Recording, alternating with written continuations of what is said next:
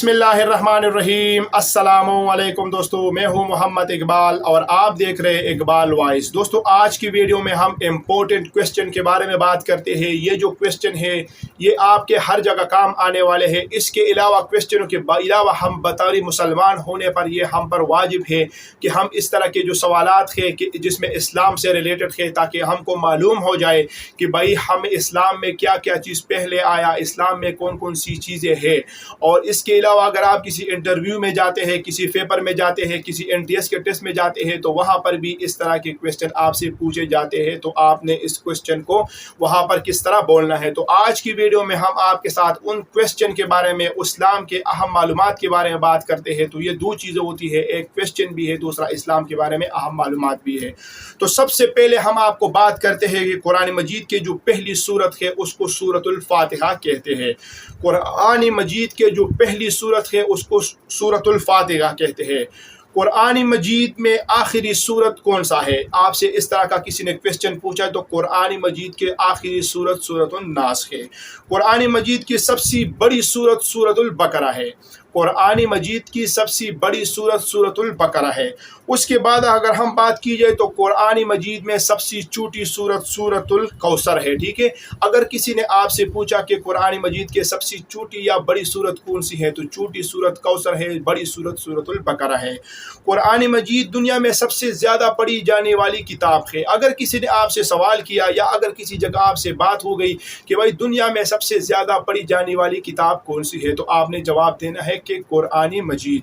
उसके बाद है कुरान मजीद में सबसे ज़्यादा छीने वाली किताब है। कुरान मजीद सबसे ज़्यादा दुनिया में छपनी जाने वाली किताब है, यानी उसकी सबसे ज़्यादा बनाने वाली और छपने वाली किताब है। उसके बाद हम करते कुरान मजीद में पहले हाफिज़ हज़रत उस्मान बिन अफ़्फ़ान रज़ी अल्लाह ताला अन्हु थे। अगर किसी ने आपसे क्वेश्चन कहा कि कुरान मजीद में पहले हाफिज़ हज़रत उसको कौन थे, तो आपने बोला हज़रत उस्मान बिन अफ़्फ़ान रज़ी अल्लाह अन्हु। कुरान मजीद में दो फरिश्तों हज़रत जिब्राइल और हज़रत मिकाईल अलैहिस्सलाम का जिक्र आया हुआ है। ठीक है, अगर किसी ने आपसे कहा कि कुरान मजीद में कौन से दो फरिश्तों का जिक्र आया है या कौन से दो फरिश्तों का नाम आया है, तो आप इसको आसानी से कह सकते हैं कि कुरान मजीद में दो फरिश्तों का नाम आया है जिसका जिब्राइल और मिकाईल है। कुरान मजीद में हज़रत जिब्राइल को दो सिफ़ात व नामों से पुकारा है, और वो नाम कौन से है, तो उसका जो रूहुल अमीन और रूहुल कुद्दुस का जिक्र है। उसके बाद है कुरान मजीद का मौजिज़ा आज तक किसी कुरानी आयात में तफरीफ नहीं हुई। उसके बाद नेक्स्ट हमारे पास जो है ना, सूरत यासीन को सूरतुल कुरान कहा जाता है। इसके अलावा सूरत यासीन को रोहुल कुरान भी कहा जाता है। अगर किसी ने आपसे पूछा कि रोहुल कुरान किस सूरत को कहते हैं, तो आपका जवाब होगा सूरत यासीन को।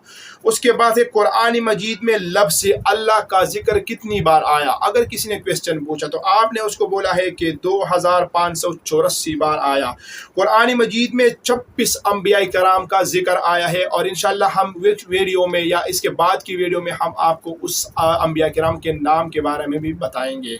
उसके बाद है कुरान मजीद में सबसे पहला पैगंबर किसको बताया गया है, या कुरान मजीद में सबसे पहला पैगंबर किसका बताया गया है, किसके नाम है, तो आपका जवाब हो हज़रत आदम अलैहिस्सलाम को कुरान मजीद में सबसे पहला पैगंबर दिखाया गया है। उसके बाद नेक्स्ट सवाल इंतहाई अहम है कि हज़रत इब्राहीम अलैहिस्सलाम का जिक्र कितनी मुकामात पर आया कुरान मजीद में। ठीक है, ये इंतहाई अहम क्वेश्चन है और मुझसे बजाते खुद 2-3 दफ़ा ये लोगों ने पूछा है, तो आपका जवाब होगा 28 मुकामात पर। उसके बाद है कुरान मजीद में सबसे ज़्यादा जिक्र हज़रत मूसा अलैहिस्सलाम का आया है। अगर किसी ने सवाल पूछा तो आप जवाब दे सकते हैं। उसके बाद है कुरान मजीद में दो सूरतों ख़वातीन के नाम से है। ठीक है, कौन कौन से सूरत है उसके बारे में भी हम आपको बताएंगे। कुरान मजीद में 4 सूरत अंबिया के नाम से है। अगर किसी ने क्वेश्चन पूछा कि कुरान मजीद में कौन से सूरतें या कितने सूरत अंबिया किराम के नाम से हैं, तो आपका जवाब होगा 6 सूरतें। उसके बाद है कुरान मजीद ने खाना काबा को मस्जिद हराम का लफ्ज़ से पुकारा गया है।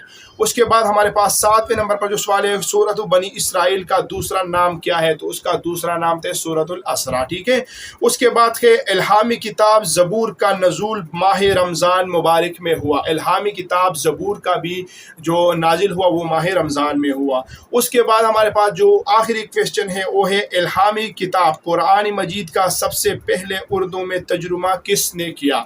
ये सवाल बहुत जगह आते हैं कि कुरान मजीद का जो आखिरी किताब है اس کا سب سے پہلا اردو ترجمہ کس نے کیا؟